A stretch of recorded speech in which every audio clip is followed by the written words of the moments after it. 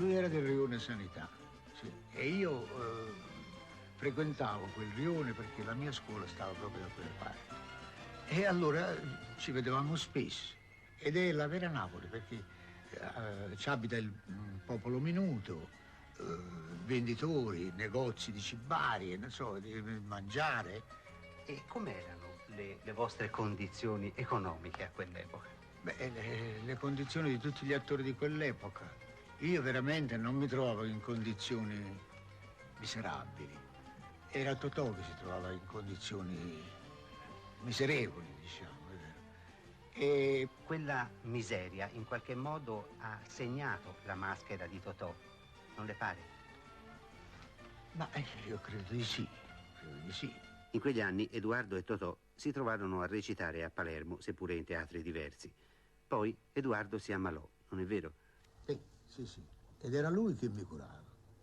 Era lui che mi curava. Vicino al letto mi faceva le pezzole di lana col ferro. Infocava i ferri, poi veniva, poi me le metteva sulle braccia, che erano una maglia mia tagliata che si poteva calzare perché non mi potevo muovere dai dolori. Capisci? Quell'epoca avevo 20 anni. E Totò veniva tutti i giorni? Veniva tutti i giorni e dopo lo spettacolo veniva ancora ad assistermi. E pensi che poi in quell'epoca c'era una macchietta che lui cantava, il portavoce. E lui me la cantava per divertirmi. E come diceva questa canzone? Questa canzone diceva papà non può che tu ti affaccia a sera perché si crede che io ti fa la posta, papà che te ne ha capa troppo tosta si affaccia lui e non ti fa affacciare, ma noi parliamo dal portavoce dal momento che ci cuoce.